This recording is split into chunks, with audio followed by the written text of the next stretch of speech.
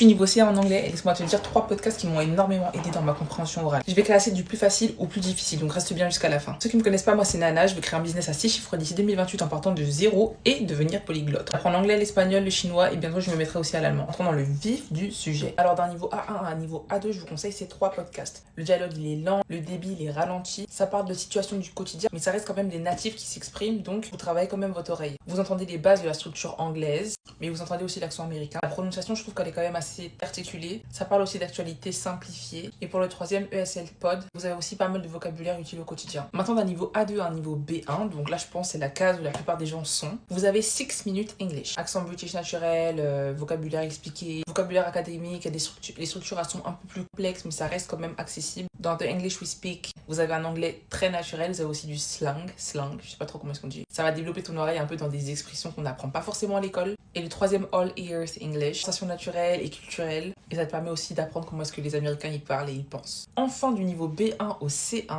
là on est vraiment dans la cour des grands. Parce que le gap entre le B1 et le C1, c'est pas forcément le vocabulaire, c'est la vitesse, les accents, la densité d'informations qu'on va te donner d'un coup. Et c'est ça en fait qui fait le vrai gap entre B1 et C1. C'est pas que le vocabulaire. Donc, vous avez BBC Global News Podcast, news internationales, différents accents, débit qui reste quand même normal. Et là, t'entraînes vraiment ton oreille à un anglais journalistique et à la fois tu te cultives.